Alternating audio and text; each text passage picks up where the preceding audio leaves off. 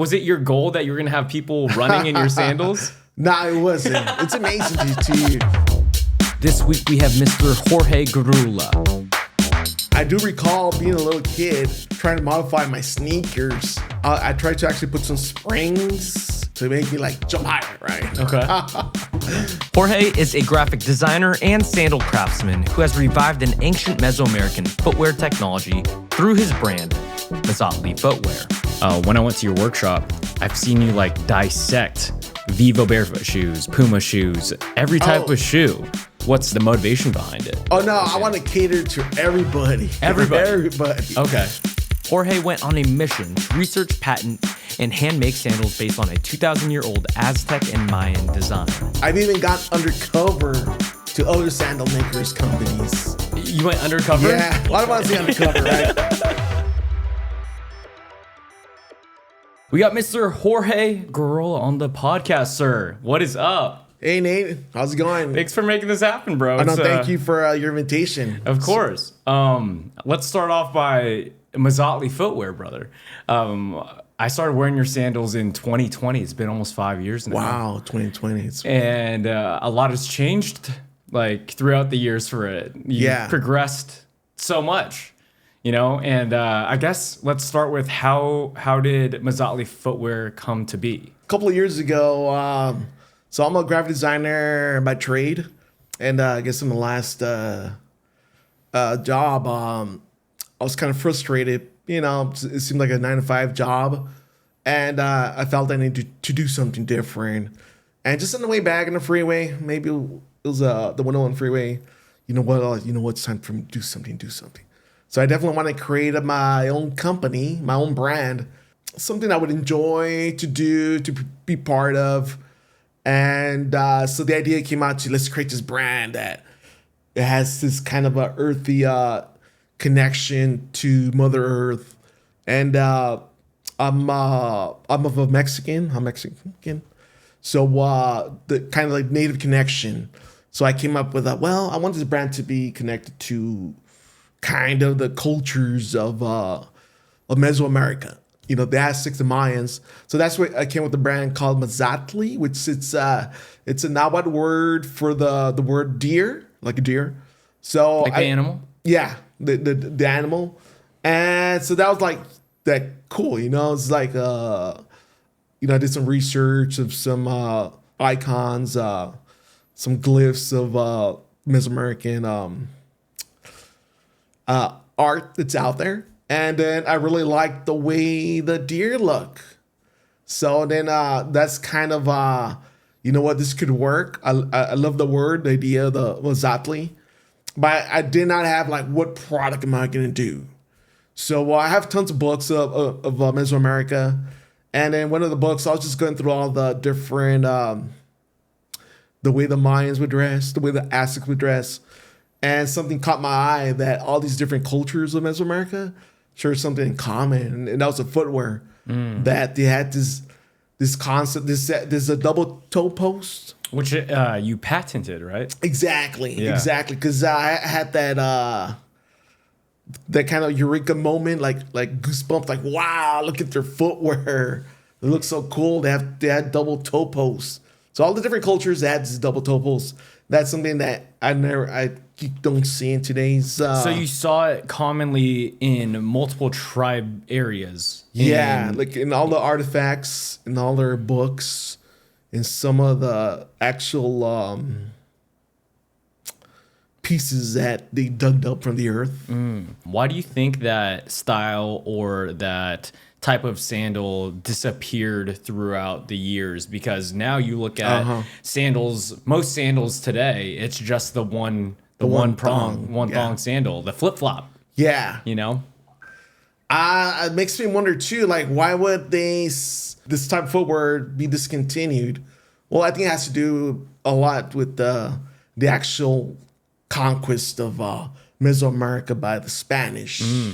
That all the indigenous cultures seem to have suppressed the way they dress, the way they cook. You know, a lot of things got like suppressed, and maybe their footwear seemed like, oh no, we're gonna go with something different.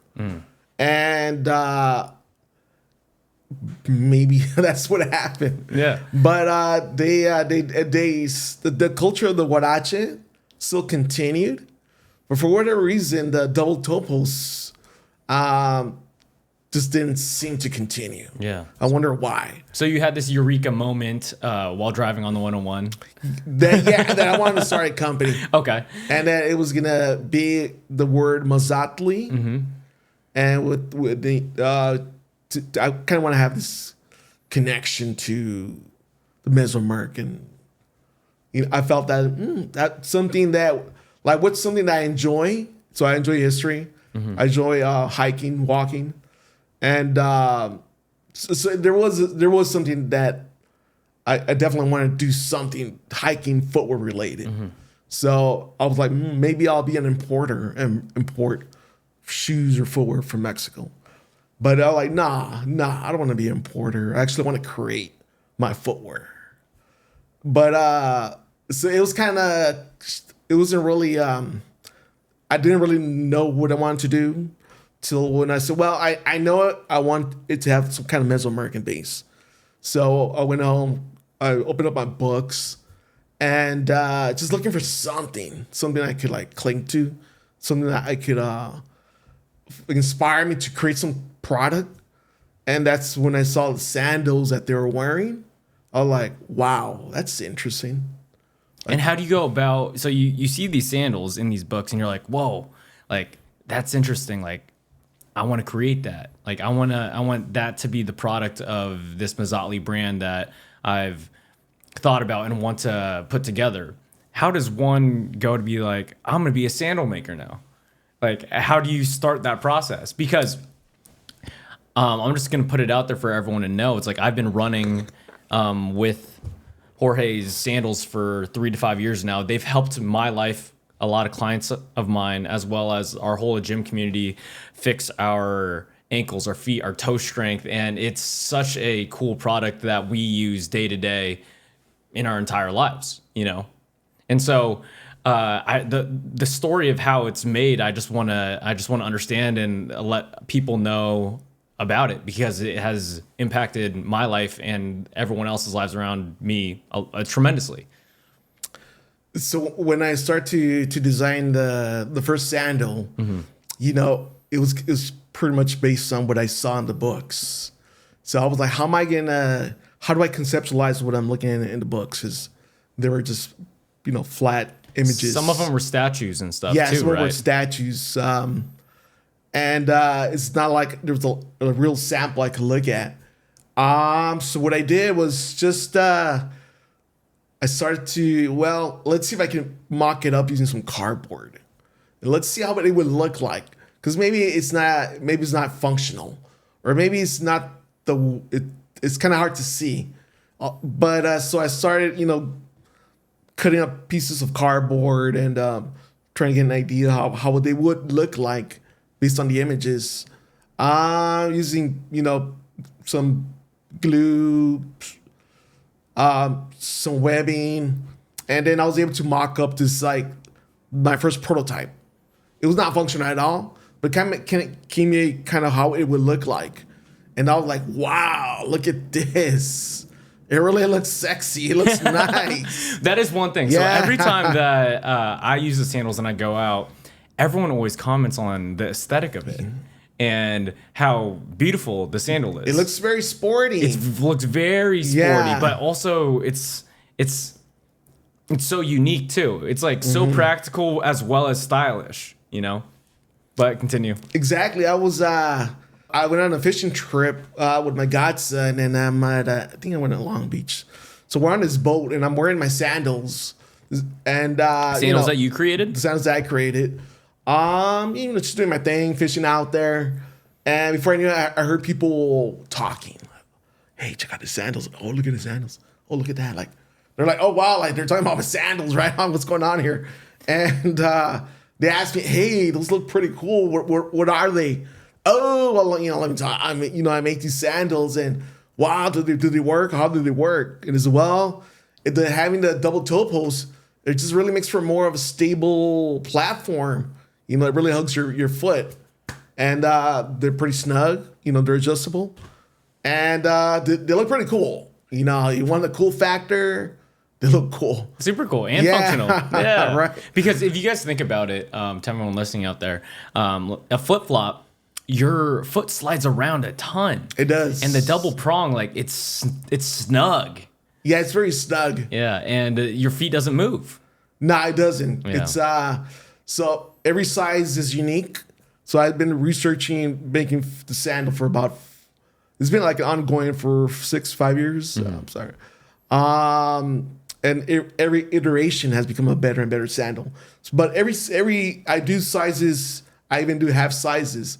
So each size has been researched. You know, thoroughly exact measurements. You know, so I know exactly how much strap is required for all the different points in the sandal. On the fishing trip. Was that one of your first prototypes? It might have been my third. Your third. Yeah.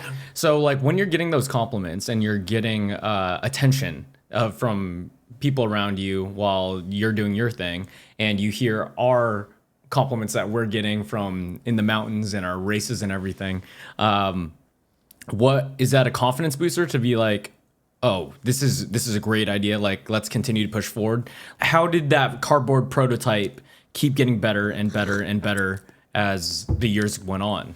It is the feedback from all my customers definitely helped improve the product. From Hunter, he's been with me for the last couple of years. Yeah, and he's been all guiding, kind of developing, improving on the feel of the sandal, like what to make it more functional and more durable. Because Hunter, I guess he's an ultra marathon runner, 100 miles in those performance runner, 100 miles in those babies. So he puts them to the test, and so I was like, oh, you know, this broke or this kind of slipped. Is there any way we could improve it or adjust it? So we're like, definitely just a way to make it better. Yeah. So every feedback we would get, we would like improve on that part, and then find a fix for that. How did you figure out where to source everything from? Because, okay, cool, I'm gonna make sandals. I made this cardboard prototype, and now like, where do I get material from? Like, where did your brain go, and how did it happen? So I'm not I wasn't a shoemaker to begin with. Yeah. So I was like, you know, how do you make sandals? How do you source all these different materials? So it took a while. It took like looking everywhere. Amazon, eBay, Google, all these different companies. And then the material would not be the correct material. Sometimes it would be. But then just constantly looking for. How did you know it was the correct material or not the correct material? We would definitely do tests on the sandals. We would see which straps were strong enough, which ones were perhaps they're a little bit abrasive, and did they have any flexibility to it? So it took a lot of different. And how would it feel on the foot? Because that's very important to me. Is that I want to wear something that's comfortable, not something that's going to take a long time to break in. So I would just try different webbings, different straps, and I would buy, because I knew this is something I definitely want to make it better, keep making it better. Finally reach the final version of it where it's like we're there. So it took a while. You know, I went to different companies here in LA County, and I finally found like the correct materials to use. And so it's been going on for 5 years now. Yeah. So I kind of connected. I definitely think that you've conquered that goal of breaking it in easily. You made me a pair that I ran the San Francisco Marathon in, and I didn't break them in. I just used them the first time. Nice. And they were super comfortable. You know, usually a pair of shoes or a pair of hiking boots or even a pair of sandals, like if you look at Rainbows or anything like that, they take a good while to break in. And like Mazatlis, they're pretty comfy right from the get. Yeah, that was a concern of mine when I learned that 3 days later you would be participating in this marathon. Like, whoa. You know, I just made them right now. I know. You know? I was worried too. I was just to see if they work, and they worked out great for me. Oh, nice. Good to hear. How's it having all these athletes. You have a good amount of athletes running in them. And it's a weird concept that people are running in sandals. Everyone who comes by like our team and everything are like, how are you guys running in those? Is it a weird concept to you? Was it your goal that you were going to have people running in your sandals? No, it wasn't. It's amazing to all the athletes that have use the Mazatlis. But no, originally it wasn't running. Was not. It was more for hiking, more for casual walking. That was kind of like my audience that I was designing the sandals for. And then I got an email from Hunter. So I don't know Hunter. I never met Hunter in my life. It's like, hey, is there a possibility you can make a very thin, ultra minimalistic sandal? Because I like the concept. I would like to try how it works and feels. What year was this? It was early on. It was probably 20. It was kind of the COVID days, 2021, 2020, around there. Okay. I would say. Did he tell you how he found you? No. No. I think it was Instagram, but I'm not quite sure. And so he kind of gave me it's possible to make like this thin version, because at that time I was making like a little bit more cushy type of soles, because the original at the audience was primarily for casual walking and hiking. Yeah, because now you got Vibram bottoms, which is like elite hiking rubber material. Yeah, it's the best material. Vibram is just it's performance-driven rubber. It really lasts a long time. It has the grip that you need to be comfortable walking. So it's like, well, why not just keep using Vibram? Vibram's a good rubber to use. And it's going to last a long time. It's going to last a long time. Did you, all these tests that you've done for the sandals to make them where they're at today, when I went to your workshop, I've seen you like dissect Vivo barefoot shoes, Puma shoes, every type of shoe. What in your brain was like, I'm going to dissect all the footwear out there to make my footwear the best footwear? Yeah. I definitely had to do a lot of in-house research, because like I want to learn how do they make the sandals, how do they make the shoes, because I have no idea how in the early days how to make a good sandal. So the only way I could learn was to take apart other sandal makers, and find out exactly what are their techniques to fabricate sandals. And that was the way I was able to find out the different types of threads, the different types of cements to use, and what are the techniques in applying that cement. Because in the early days, I would just put cement on the material, but it would come apart. So I'm like, what am I doing wrong here? What's going on here? So just trial and error, I realized that, it's just dry contact cement. There's a way that the glue needs to be prepared before you actually press it together. And if it's done correctly, there's no way it will come apart. And so these are little techniques I learned along the way. So how do you learn that from taking apart a different company's shoe? If that makes sense. So say, I don't know, do you have a specific sandal or shoe in mind that you remember dissecting it and you have a big epiphany moment of like, oh, this is what I'm doing wrong. Like, I know how to fix it now. So there's a lot of brands out there. I did all of them. I don't want to name all the brands out there, but these are all the top secrets, top-notch secrets. These are all the top-end sandals out there. Yeah, and they're very expensive. But I bought them for the sole purpose of R&D. So I cut them open, slice them open. And then I took measurements of the different points of where the straps lay within the sandal. And then I started noticing patterns. Like the heel straps are like 6 centimeters from the heel end. And every different brand had their own variation. And just by reverse engineering, I guess, taking apart other competitors' sandals. And I still do that. I have some that I wonder why the glue is still so good. And just doing research on the computer, I started finding all these materials that they use. So I've even got undercover to other sandal makers companies You went undercover? Yeah. What do you mean by that? What do you mean by that? I say undercover, right? 'Cause, it's undercover. But, some companies, they're like, you buy a sandal and they watch as they build it for you. Okay. So I took advantage of whenever there was stuff like that going on. I'll be there and I'm just like looking, reading and looking at the boxes and seeing what materials are they using. And like, okay. So I kind of know where they get the materials from. And as I learn more, there's websites out there that tell you, where their suppliers are at. So I was like, what motivated you to go so deep into the sandal making process, to dissect all these sandals, to do the R&D? Because there's so many people who want to start a business, right? And they want to have this brand that represents, for you, a culture, right? Your people. For others, could be their personal brand or a different brand.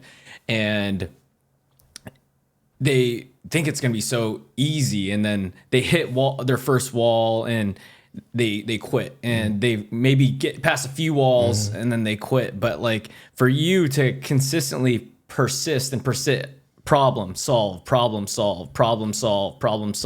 while you have like your full-time job, right? But you want to pursue this brand. Like what keeps you motivated to keep solving those problems, to do all that R&D? Because once you realize that you have this problem and you solve it, there's way more work behind the next wall, and there's way more work behind the next wall. And you just solved a huge problem of a 30-minute time factor for the sandals, which is huge. And I guess what's the motivation behind it? It's just the love of sandals. Yeah. The love of hiking, the love of culture, and the love of actually producing something or trying to create something from nothing. Because at first it was like, how do you create a sandal? Like, what are the parts and all that? But then I just got so focused that I wanted to produce the most comfortable, most rugged sandal, and just try to learn for what's out there. Like, how can I make it myself? Because I definitely do believe in the double toe post sandal. The whole it creates more stability on the sandal on your foot. That I was able to get a pattern on the simple idea of the double or the multiple toe posts. And so that kind of believing that like there's something here that just needs to be developed further. The pricing's crazy. Because you've been so busy that you put the sandal prices to a very high amount, and people are still buying them. I'm so thankful for all our customers out there. But, just having a full-time job, I don't have the time to do a lot of sandals. So I definitely don't want to close a store. So to discourage customers, I'm like, you know what? I'm just going to hike up the price. Because I just really want to like slow it down somewhat. And to my surprise, it didn't stop the orders coming. So I want to provide the best customer service as possible. Yeah, but I just don't have some time right now because I'm a full-time employee. But that was one strategy I did let's raise the price. Yeah, but it just it seemed the customers were just. They kept on. But what's that feeling like? Because a lot of people have the opposite problem. They spend all the time and money to make the product, and then it felt pretty good. and then they don't have any orders. You have the opposite problem. And when he told me about that, I was like, what the heck? So you know that there's something there. We know that there's something there. You know? And so it's just like, how do we expand that? Exactly. Yeah. Oh, your family is from a lot of artisan cultures, right? They worked with their hands. Yeah, and your father was a candy shop they're guy? on my dad's side. They were candy makers. Candy makers. What type of candy? So these are just homemade candies. They would so I'm from Central Mexico, Durango, and I guess in Mexico there's just a lot of handmade traditional foods or products there. It's kind of the norm over there. So we had like a candy store, and it's kind of hard to. This is a couple of years ago, and I don't know the exact names of the candies, but they would use the cactus plants that are out there to make these different variety of candies. And on my mom's side, my grandpa actually he actually made sandals. I saw that on your website. Yeah, he made huaraches, and so back in the 70s, 60s, it was very, very common to wear huaraches in the field. Nowadays, not as common, but it's still like kind of the purpose. They still make huaraches for the purpose of field work over there. How do you say it? Huaraches? Huaraches? Huaraches? What type of sandals are those? They call them do they look like Mazatlis at all? Not really. No, not really. No, Okay. they're all leather. They're all leather. Okay, so similar. Yeah. Similar in terms of that. And they have the hard rubber kind of bottoms. Okay. And they do make a version of but with only one prong. One prong. Not good enough. Exactly right. And then there's another version that they make where it's more of a I guess like the Tiva type sandal where it goes from side to side, but it covers the whole foot, the whole top foot. Okay, so because they're working in the field, so they have to be more protective. Yeah, the main purpose is to protect them from the rocks. Okay. So the rubber outsole is the most important part, and it's a lot of labor to be on the fields. So their concern is mainly at the bottom part, not so much the bottom part because they know they're going to get dirty, and they typically are for 1 year usage, and they will discard the. So did you study that type of sandal to help develop the current Mazatlis right now?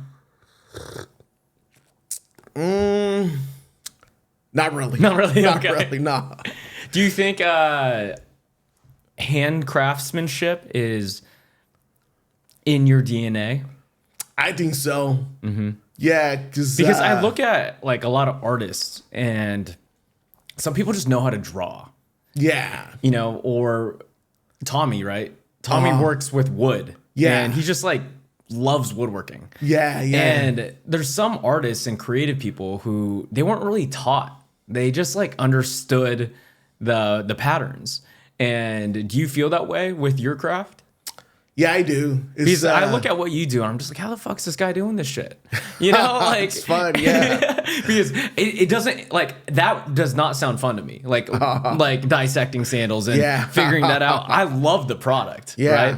But for me, like something like this podcast or working out, like that seems so natural for me, and I love to do those things. And I'm just curious, like why did your intuition go there? And because you have to really love and obsess over the thing to continue to do the thing and get better at the thing. Exactly. Well, kind of it beats me, but I do recall when I was a kid, I was always like a very antsy person, or always wanting to do something with your hands. With my hands. And I do recall being a little kid trying to modify my sneakers. I tried to actually put some springs in the heel of my sneakers to make me like jump higher, right? Okay. So I do have some, So it started from a young age, a young age, yeah. And I've always been I've been a creative person, always into art, always into drawing, and so I did go to school For creative work. Creative work. I wasn't the best student. Sometimes I regret like I shouldn't have dropped out from from some of the school I've done in the past. But it was always creative art. What does creating things do for you personally? It's just that there's like I feel like there's an innate inventor inside of me. Just wanting to create stuff. Because sometimes I definitely love footwear and the Mazatlis, but then sometimes my mind drifts away like, hey, I want to just do something different. Just that the creative inside of me, the inventor side of me, I just want to produce cool and better stuff. Where do you think that comes from? I think you're just born with it, bro. You're just born with it. But what does it do for you in the sense of, I guess if we talk about the sandals and the creative process of it, Like you've taken these raw materials, these random straps, these veg tan leather pieces, these pieces of foam, and they're just blocks of material, and you turn them into this beautiful aesthetic, functional sandal. Thank you. And I guess like the final product when you give it to the customer, like what's that like? Like how do you feel? Oh, it feels good. It feels like really like so happy moment. Like, here's your sandals. Yeah. Check it out. And, I explained to them, like, this is the way they go on, adjust, make the just build right here.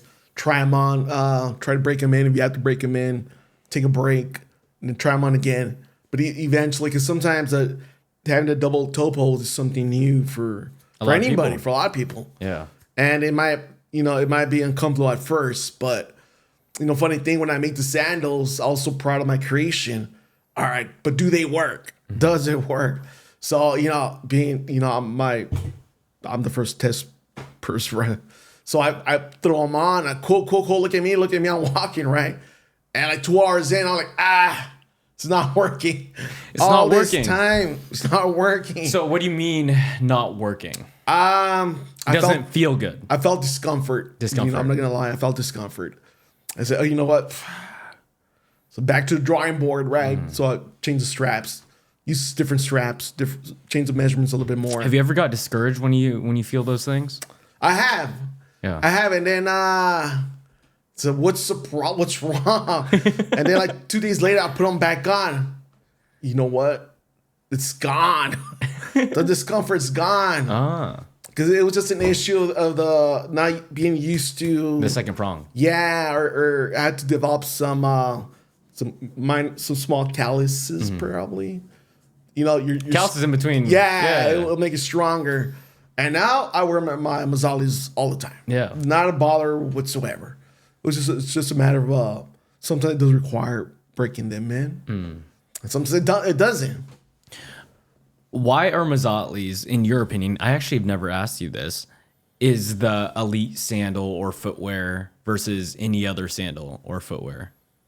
There's a lot of time went into developing the sandal to ensure that the functionality, it's consistent, it works, and the comfort is in there.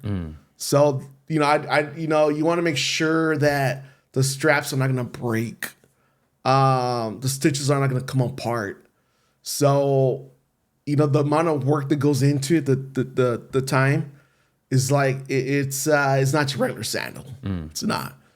Even the types of glues I use, they're not your normal glues. And stuff like that is I know the time that went into the sandal that when I offer to his customer, I know it's gonna last you at least 2 years to 5 years. Unless you're running hundreds of miles in it. Unless you're a hunter. You're doing 100-mile marathons. But yeah, so I know what goes into sandal that it's not going to fall apart.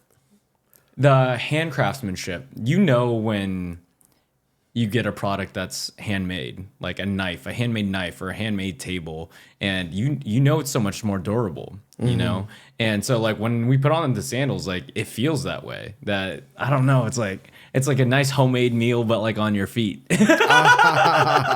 Like it's comfortable, it's durable, it's like made with like love, And I guess like from that perspective, what do you want the sandals to be known for? Because you said you had Mazatli in your head and this culture of like Aztec Mayan culture, right? Like, what do you want these sandals to represent for, I guess, yourself and your culture? These sandals, it's a reflection of our Mesoamerican ancestors.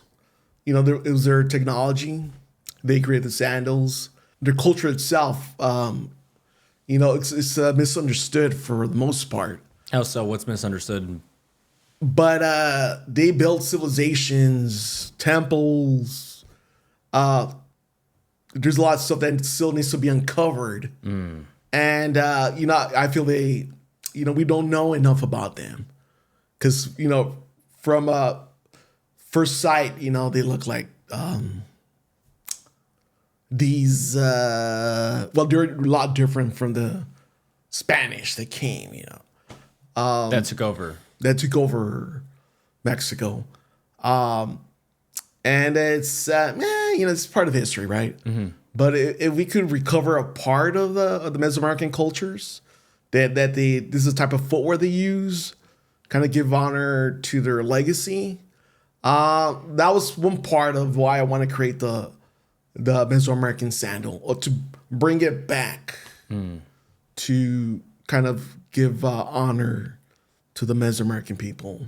Because you have some dancers and people use them as well. They do, and it looks way more authentic with those sandals versus a different footwear. It does. It looks correct. It looks correct. Yeah. Because it's the sandal is based on what they would have used back in 1520.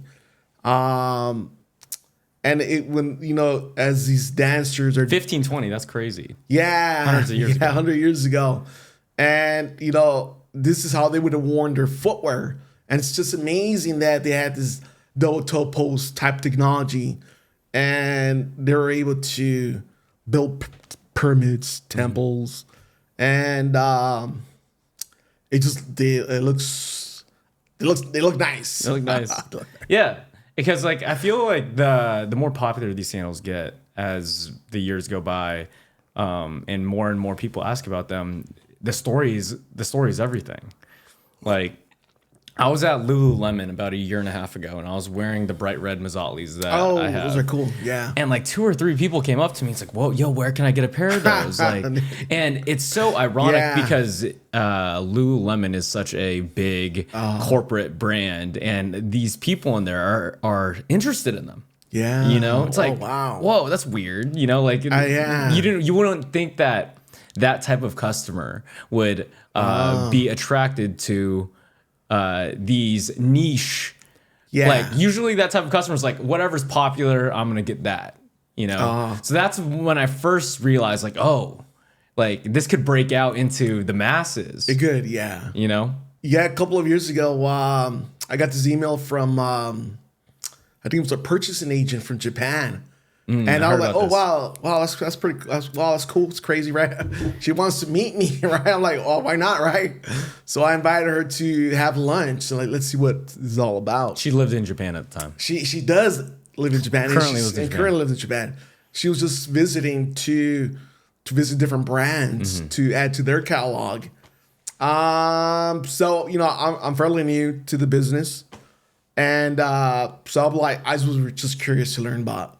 What is a purchasing agent? And what is a purchasing agent? I don't know.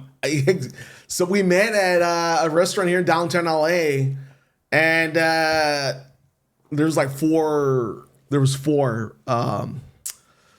persons, and they only spoke Japanese. No way. I think there was one that was a translator, but it was still kind of not really. Yeah, how was communicating like that? It was interesting. Yeah, because I would talk to the translator, and then they'll talk to the person that was of interest. Okay.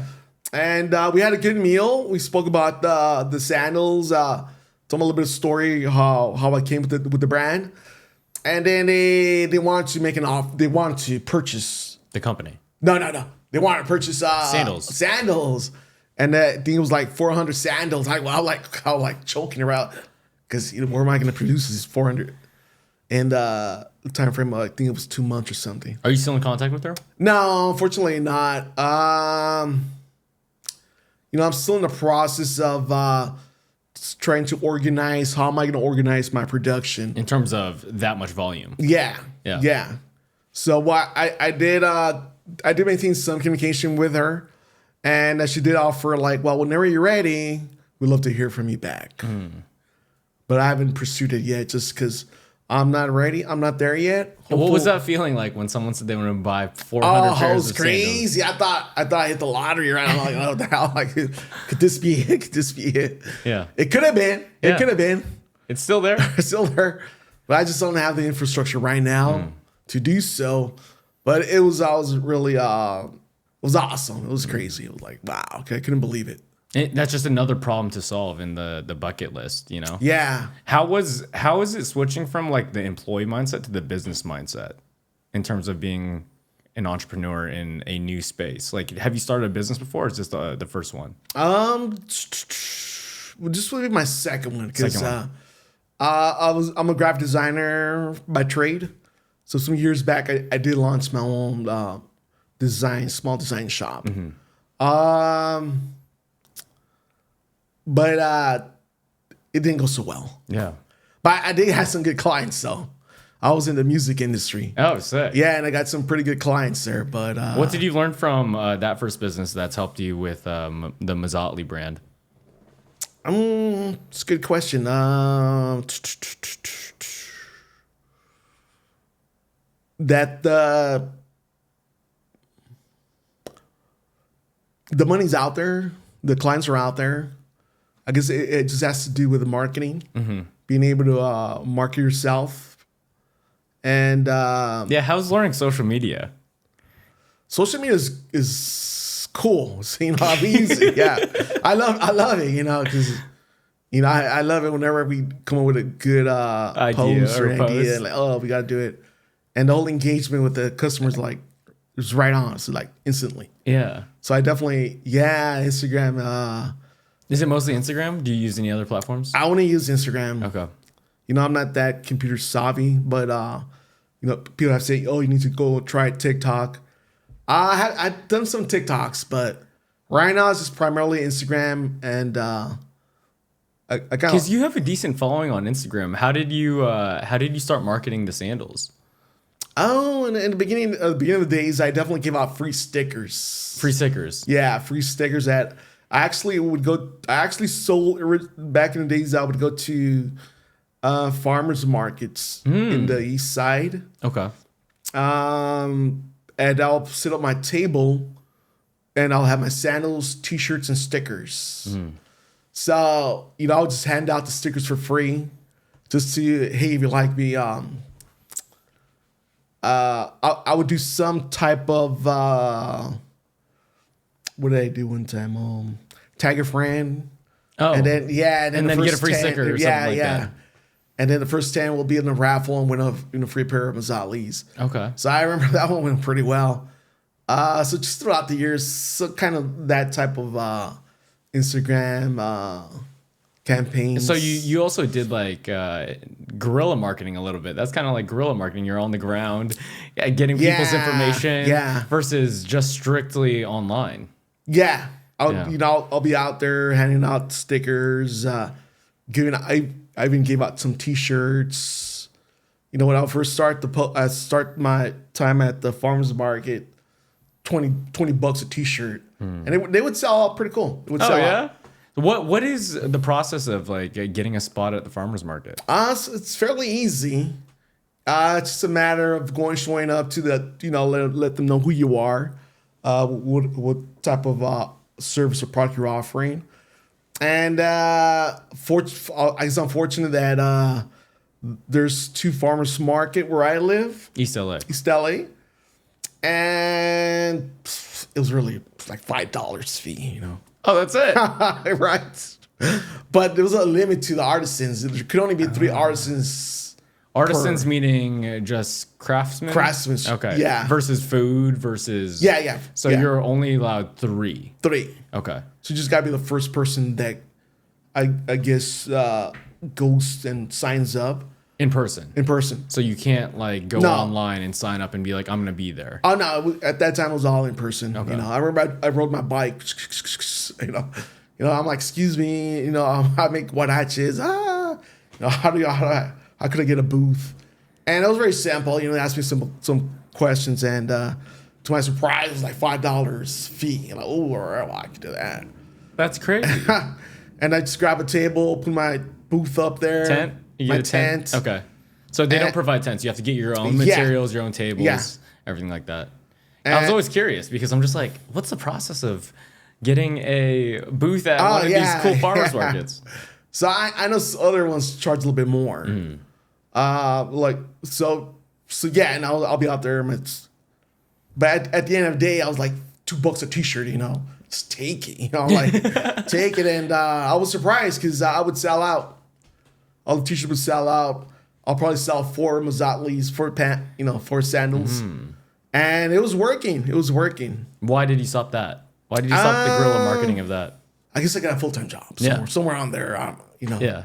I decided I needed to raise capital. And in my mind, the only way I could do that is to get a full-time job. And my goal was to save my money. And that's been, so far, I've been able to accumulate, more equipment, some stability.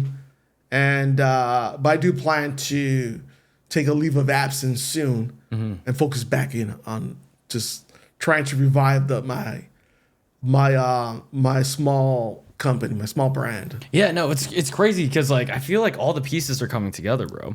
And the whole point of this podcast too is to figure out how to promote it as best as possible because again, the product itself has provided so much value to my life. I'm just like, thank you. How do we figure this out? And they're getting better because now I've been able to acquire these clickers. So now each product is identical left and right. Because consistency is the biggest thing with products. Like people want the same product every time. Exactly. You're right. So with these bigger machines I got now, it definitely cuts the production time. Steps that would take half an hour, 30 minutes. Yeah, to 1 second. 2 seconds. 2 seconds. Not only that, but they're symmetrical. The product's like really polished now. I've been studying a lot of business books this last few years, and a lot of entrepreneurs talk about their barrier to hiring talent, like employees and stuff. Have you thought about what that process is like? I have. Okay. And I definitely see myself that I'm at that point now where I do need to hire talent. Because now I got to specialize certain steps of fabrication. It's also less skill too. It's like all you need is the manpower because you have this machine that could do a lot of the work for you, right? Yeah.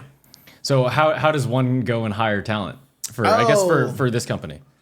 In my case, I definitely need people that are skilled with shoemaking. So there are some locations here in LA that cater to shoemakers, and they got like job billboard bulletins like looking for work or this type of machinist or this type of operator is looking for work. So actually, in the past, I did inquire into getting some help, and but it was not the right time for me because I do need to like really get into the production and create inventory and the SOPs, the steps of process, all those things to get it rocking and rolling. What do you call it for East LA? You were a very proud East. Yeah, Angelino, right? Yeah, 'cause I grew up in East LA, and East LA is known for a lot of different things. For anyone who doesn't know about East LA, what is it known for, and like why are you so proud of that area, and you want Mazatli to stay there and like be a pillar in that community? Well, East LA has a lot of history that goes back to the 40s, 50s, different stuff going on over there. And there's a large Mexican American community in East LA. So throughout the years, a lot of positive have taken place. A lot of famous people have come from East LA. East LA is kind of like a working class neighborhood, kind of like the majority. And a lot of, there's quite a few famous people that came from East LA. But, there's always the negative stereotypes too of East LA, like, probably there's some gangs in there or some historical gangs probably came out from East LA. But, they're all over the city too. It's not just East LA now. It's not just LA. It's around the world as well. It's all around the world. So we're not, But East LA is a good place to live, I think. It's okay, Great food over there. Yeah, for sure. When I had Mexican food over there, I was like, yo, this shit's fire. It is. It's like, you're like, oh my God, you can go anywhere. Like just today I went to, there's one place that makes tortas, right? It's like a French bread and then, like Mexican carne asada, guacamole. So this is one that makes it really good. So today I said, you know what? I want to go there. And it was really good. It was really good. Yeah. So why do you want it to be a pillar in East LA? Because, And I guess, I grew up in East LA. I went to all the schools there, graduated college from East LA. But, for whatever reason, East LA has this negative. The stereotypes you were talking about. Yeah. So I'm like, nah. There's a lot of positive here too. And, and I'm proud of East LA, Mm-hmm. And then, of course, they associate the city with, well, who's the community? Mm-hmm. What's the population? So in my case, Mexican American or Mexican. So I definitely want to shine a light, on that community. On that community, because So I was like, that goes back to why I want to start the business. Because as I'm driving down the streets and freeway, I felt there's a need that you see all these buildings are kind of like run down, or some buildings like it doesn't need to be like that. There's there's a huge consumer base there, population base. The East LA could be, a lot more revived. And you feel like the company could be a good example of exactly. That. And I felt, what, I'm gonna help East LA. Mazatli's gonna help East LA. Because there's I remember you talking about like outsourcing some stuff to like Mexico and like other areas. A lot of people aren't doing a ton of their production in the U.S. eventually, and you were like, "Oh, I want to keep it here." Yeah, I definitely. This is our community. We live here in California, Los Angeles. I'm proud of Angelino. I definitely feel that we could produce our own stuff here too. It doesn't need to be made in Vietnam or in China or somewhere else. And then provide some economic to the local community, and be proud that it was made by the community here in the USA, California. Because a lot of the competition, they're made elsewhere, and they're most likely made in China, Vietnam. China. Yeah. So, and then they present their product as like a made in USA, but in reality, it's not. And then when I went undercover to this company, here I'm thinking it's an American-made product. When you say undercover, what's the process? I'm so curious. I wasn't undercover, but I felt like I was. Okay. Because I went with the intent. It's the intent to study the and R&D. Yeah. So as I'm looking at all the boxes, I realized that their outsoles were not USA. They're all like made in China, and like what? Even this part's made in China. I was thinking, because they present themselves as an American company, and I realized that 3/4 of the sandal was made in China. The only part they made there was like the final stitching and the final polishing of the sandal. But the bulk of the work or the materials the bulk of the labor was in China. So I'm like, it's not so much. It's not authentic. It's not authentic. So what are you most excited for about Mazatli right now at its current state? I'm really looking forward to next year, 2026. Because I believe that where Mazatli it's at the product the sandals at right now, it's so polished, like the design and the measurements I have is like it's locked on. It's like, do you think it's perfected right now? I think it's probably like 98%. 98%. We're there. And then I have the machines now. I have the clickers, and the geometry of my sole for the Mazatlis has been finalized. Like I finalized the design. Like this is the design I'm gonna go with moving forward. And I already ordered all the dies for all the different sizes. The dies, what's that? Dies is like a cookie cutter. Okay. So it's like a cookie cutter, and then we got the raw material, the leather, or the Let's talk about rubber. the veg tan leather real quick. What is it, and what's the benefit for the person wearing it? Because for me, experiencing it, I don't get blisters, and I don't feel sweat at all on the sandal. I guess from your perspective as the maker, what is the benefit of that specific leather, and as for the sandal itself? So the leather, it's a natural material. Okay. So I definitely feel that having the natural cowhide it works well. It works well with the way it adapts to our personal usage of that material, and it's breathable. It's porous, so maybe that has something to do with how it interacts with our foot. And it's not synthetic. It's not something that's gonna fall apart. Something that's gonna gradually even form to your foot. It is form fitting for sure. Yeah, like the leather kind of like grips it exactly after a few months of use. So that's like one of the behaviors of leather that kind of molds your foot. Okay. So that's one of the positives that right now synthetic materials just doesn't do that really. It retains its shape and that's it. But the leather itself kind of molds your foot, and that's been a plus. And then leather comes in different gauges and different qualities. So right now, I learned that performance is key. So I use like the best leather and the thickest leather that I feel is going to be more effective and not so expensive. Okay. Are you niching down on the type of sandal? Because the ones that we use are the Mazatli Nomads. Yeah. You know, and it's a flat sandal. Uh-huh.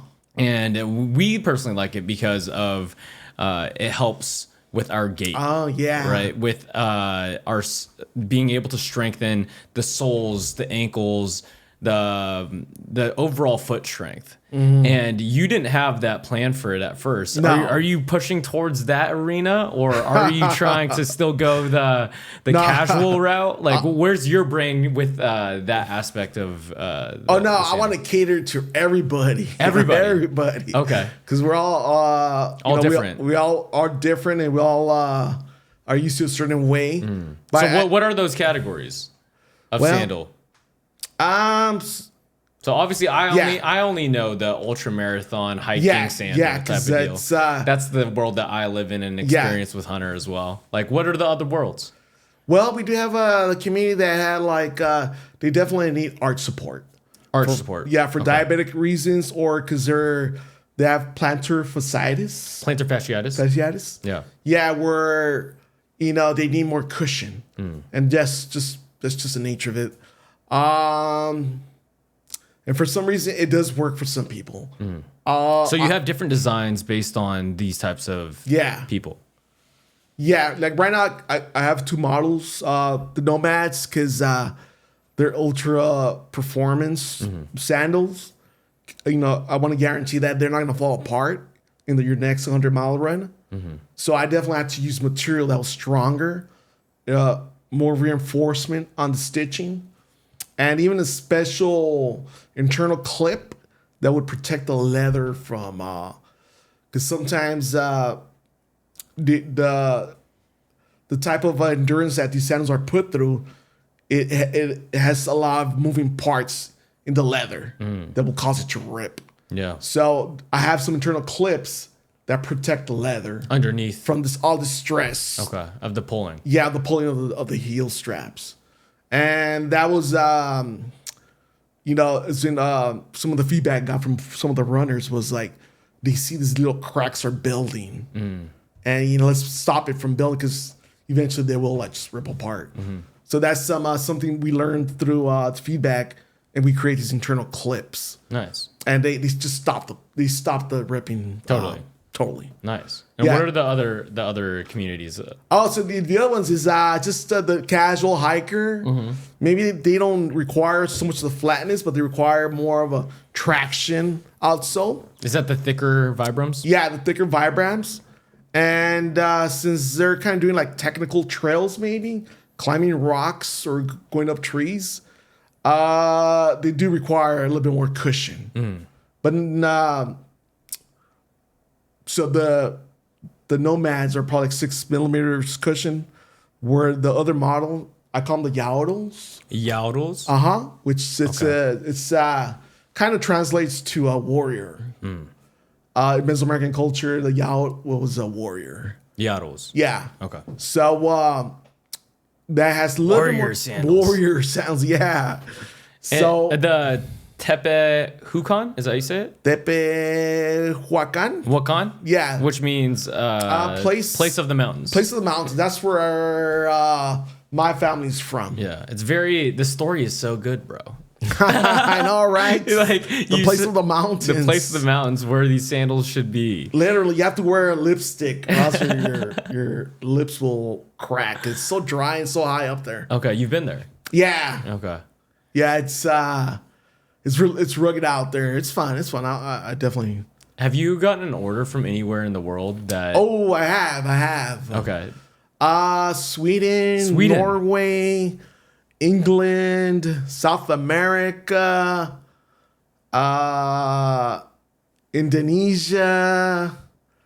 So some orders I could fulfill, and some I just can't. It's too far. It's too far. It just doesn't make sense. What's that like? You're like, oh, I'm just making sandals in East LA, and this dude in Sweden wants a pair. I know. Like, that's crazy. It is, and you know, I definitely I love to make sandals, and I want to make sandals for everybody. But right now, it's just time is an issue with me right now. That I'm not able to time, attention, and focus. I'm going through a similar thing with like my business and stuff. I'm just like, oh, there's not enough time in the day. Yeah. Like how do you spend your attention? And I guess for me, it's like learning to say no to a lot of things. And obviously we have a lot of responsibilities, and it's a big game. I don't know if I try to gamify business and try to gamify life at all. And like, at least for me in 2026, it's like, you need to figure out how to say no to a lot of things. If that's family stuff, if that's friend stuff, is that entertainment stuff, or, you know, because something has to give, you know? And, I'm sharing this journey with you, brother. Exactly. And I'm just like, oh, let's figure this out. We need to figure this out. Well, I mean, 2026 is going to be the year for sure. The year? Yeah. I'm planning to, I'll be asking for a leave of absence from work. Is that scary? It does. Scary. Why is it scary? Because what if I don't make it? But the thing is, you have all these signs of proof. Yeah. You have the support in terms of the community, the customers. You've seen like these orders from different places around the world, you know, and it's still scary. It's still scary. Especially at night when you're like thinking about stuff. I know. Right? You're like, it's not gonna work, or maybe it is gonna work. How's AI helped with business at all? Oh, so I love AI, right? I use ChatGPT. Yeah, what do you ask it? Just seeing sometimes like when I am doing some like marketing stuff, you know, it makes the verbiage a lot better for me. But ChatGPT is pretty cool, you know. Yeah. Do you use it for designs at all? No designs. No, design is all. It's all me. Yeah, nah. I do a lot of research. I buy a bunch of other sandals, other competitions. So I know all the brands are out there. Yeah, I know all their what they specialize in and what makes them great. In terms for your logo and everything with the branding, like you've designed it yourself, right? Pretty much. And where do you think it's a really interesting question to really dissect? But where do you think ideas come from? The ideas definitely come from the Mesoamerican books. Yeah, it's it kind of starts the idea, and then it's like, what if? Would I make this different? I like what they were going on back then, but so today we're using more contemporary looks and materials. So what if I do this design? Does it look good? Does it look nice? Because if it doesn't look cool or nice, it doesn't matter. Yeah, like well, no, it doesn't matter. It has to look good. No, I'm saying like if it doesn't look good, it doesn't. People won't buy it. Yeah, but exactly. The other side of that is I think if you associate it with the right people, it could be. It doesn't matter. I'll give an example of New Balance. Everyone didn't like New Balance for the longest time. Yeah, but then they rebranded it with this elite look and associated with certain people or brands and stuff like that. That's why I said the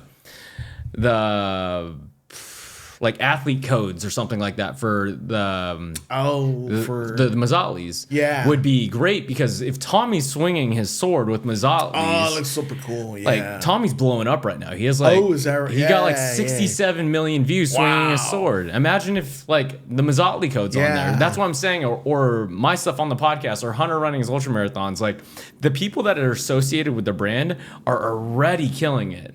Like that. That's why I'm so excited, bro. I'm just like, come on, let's figure this out. Exactly. Yeah.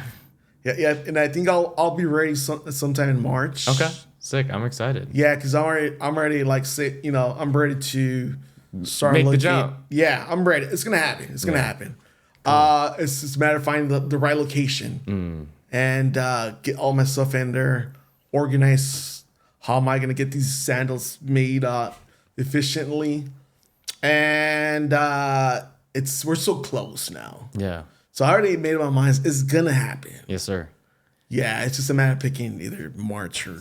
You said creativity does a lot for you, and that obviously you're creating stuff with the sandals and the business and everything like that.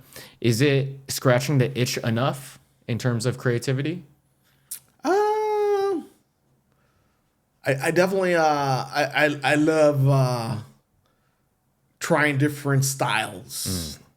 You know, mixing modern styles from some of the big brands out there, because it looks super cool, so that they're coming up with. And how could I implement that with the Mesoamerican technology, fuse them together, and using today's stitching techniques, but yet still keep the double toe post technology. So it's like the sky's the limit for real. I'm so excited. I have for this a lot next of year, designs bro. like in my sketchbook, and like, oh, this is gonna be a winner. Oh, that was gonna be a hit, and it's just. I definitely love the design aspect a lot. So that's what I meant with ideas, not necessarily from where they came from for the sandals, but like when you're sitting down in that, chair or wherever you're at sketching, like, where do you think those ideas from your brain come from? Maybe it's my inner ancestors speaking through me. Yeah. Right. Well, the reason why I like dabbling with that question is because there's this book by Elizabeth Gilbert. She wrote Think and Grow. No, sorry. She wrote Eat, Pray, Love. And in there's another book that she wrote, I think The Magic of Thinking Big or something like that. And she talked about ideas in the sense of the universe or God or whatever you want to call it, throws an idea at you. And you could either decide to take it and start the Mazatli company or design the sandal, or someone else in the world will pick it up. For example, there's another person in the world who's designed the two-prong sandal. Yes. Right? Yes. And if you didn't patent it, and if you didn't do the thing for it, that guy would have picked up that idea and ran with it. Exactly. You know what I'm saying? Yeah. So the thing is, like, it's a weird concept, right? It is. So in this book, she talks about how she wrote another script for a movie, and that she met this girl who produced this script, and it was basically the exact same storyline with the exact same type of characters, but the names were different. And I was like, oh, that's so weird. Like, it's crazy that this other guy came up with the two-prong sandal thing too. Yeah. But you're like, oh, I grabbed that idea. I turned it into a reality. You know what I'm saying? Yeah. And so, like, the fact that it could be these ancestors, it could be whatever. It's just like a really weird concept. Like the idea of me starting this podcast, like someone else could have done the thing. It's just like, I think the world or the universe or our ancestors or whatever you want to call it, it's like, hey, if you don't grab this idea and do the thing, someone else will. Somebody else will, yeah. What do you think about that? Definitely. well, with the world being as large as it is, and the human population is huge. Yeah, and it's natural that somebody else would have a similar idea out there. And that's the case. So I do have this opportunity that my sandals are patented. Yeah. I have like 2 separate patents with 36 claims. So Can you explain that for people who don't know what patents are? Sure. So patents, there's 2 types of patents. I believe there's one that's there's a utility pattern, Okay. and then there's like a design pattern. Okay. Utility meaning what? Utility where it's like a functional something new. And there's like kind of like a design pattern where it's a certain uniqueness, like the Coca-Cola bottle has a certain shape. But and no one else could use that Coca-Cola bottle. Not as long as they maintain the pattern, because the patents do expire. But as long as similar like a domain. Yeah, right? yeah. Okay. Every 15 years, you gotta like pay the fees. But in my case, I do have a utility patent where it's not the design that's being patented, but it's the thought or the functionality of a sandal having multiple toe posts as opposed to one. And then the way the toe posts connect to the rear heel risers, that's where my patent is at. So people could come up with different versions of it, but it cannot be the two prong. Yeah. Unless they have a license from me, or I let my patent expire because I believe patents only last about 30 years before they're available to the general public. Yes, sir. So right now, we're barely in year 2 of my patents. Okay. So I definitely need to take advantage and try to get this thing on the road soon, What are the biggest lessons that you learned from starting this company in the last 5-6 years? It's not easy. And it requires money. It requires a lot of money. Yeah. And definitely you need to be driven. You need to be wanting it to take off, to succeed. Yeah. So, it's why do you want it so bad? I think probably a personal thing that I believe in the product, and I guess I'm proud of my culture for having that technology. And then as a personal, I want to be able to succeed, as a fellow human, we want to push ourselves. So I definitely. And what's the drive behind it? Like what keeps you going even though you hit road bumps? It's love, I guess. Definitely love for culture, love for the Mesoamerican culture. There has to be something deeper because there is deeper. There's something deeper because I don't know. Yeah. I don't know for me as a businessman myself, and I hit road bumps and stuff.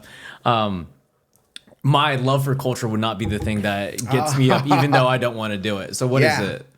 I just want to succeed. Our family came here in the 70s, and we all have goals and aspirations, dreams for as an immigrant. So I don't want to make it the sacrifices they made, make it count. Make it count. I think about that a lot. My mom's from Laos and my dad's from the Philippines. Oh, okay. And they have had a tough upbringing over there. My mom was born in a communist regime and had to deal with a lot of death and things to get here. And I was like, oh, they went through so much for the opportunity for me to be able to chase my dreams or start a business or XYZ. We got to make this exactly. That's it. That's right. Same here. It's that drive, bro. It's we have to make it work. It's that drive that why we're here. Why we have such an opportunity to be able to create and make an impact for the people that we love and the things that we care about. Clearly these sandals mean the world to you, and clearly they represent a culture and a time that is misrepresented or people don't remember, or even East LA, rooting for it, bro. And thank you for sure. And I want it to grow so much. Yeah, it grows, it's going to grow with the whole community, with everybody. Yes, sir. All of my customers, all my relations, the people I've met throughout the years. Yeah. I don't want to get too emotional, but I owe it to them. I owe them that support they gave me. That I can't let this, not. Yeah, you can't let them down. Can't let them down. It's once you start building something and people believe in you, it's not just you anymore, right? Exactly. It's oh shit, you're doing it for something greater than yourself. Exactly. Right. And then once you start building a team too, so like if you have employees or if you have people under you doing certain things, you're like, oh, dang, like these people are depending on this to work. Yeah. You know? Yeah. Like at least for me, so like I have a podcast manager now and an editor, and like when I slack off, I realize like, oh, I'm letting them down too. And then when I realized that, I'm like, oh, like you're not just working for yourself anymore. The things that you do like are affecting other people. But when you start a business, it's just yourself. So you're like, I could slack off a little bit, right? I don't know if you have that feeling. That's at least that's for me. While, yeah, like for me. And I'm just like, come on, get back on it. Yeah. Yeah, I definitely, I want to. It's not me. It's for everybody. It's for everybody. I don't want to let them down. Yeah. Yeah. I don't think you are, bro. I think we're gonna kill it. Exactly. Yeah. When I guess can people or when they listen to this, can they order any sandals? Yes. Are you gonna allow that to happen? Yeah, no, I definitely have faster methods now of producing the sandals. Okay. So can they DM you? They could DM me for sure. Okay. So would that be the best way? Let me activate the website again. Okay. Yeah, you heard that, guys. Jorge's gonna activate the website. Yeah, I'll activate the website again and get those listings back up there. And I think I like our discussion we had a couple of months ago, where we could say something like, we'll have your sandals ready. We're gonna plan to open up a workshop, but in the meanwhile, let us raise some money, some capital, and the fulfillment will begin in 3 months. Yeah. So my goal is that in March, I will have a workshop. Some of the capital's already there. It's just a matter of some legality with my current job right now, that I need to do a leave of absence, so that I could dedicate myself to that full time to the making Mazatlis. Yeah. Well. Jorge, thanks for coming on the pod, brother. Thank you, Nate. Yeah, it's a pleasure being here. Once everything gets up and running, and we'll have you back on again, and we need the rest of the story. All right, sounds good. Yeah, for sure. The plot is thickening, guys. It is. If you guys haven't checked them out, check out Mazatli Footwear on Instagram. Instagram for sure. And it's the sandals that I run in. They have helped me tremendously, and a lot of my clients, as well as runners and coaches that I work with. And yeah, guys. Cool. Nice. Cool. All right. Yeah, for sure, Nate. Pleasure being here. Peace. See you guys. Nice.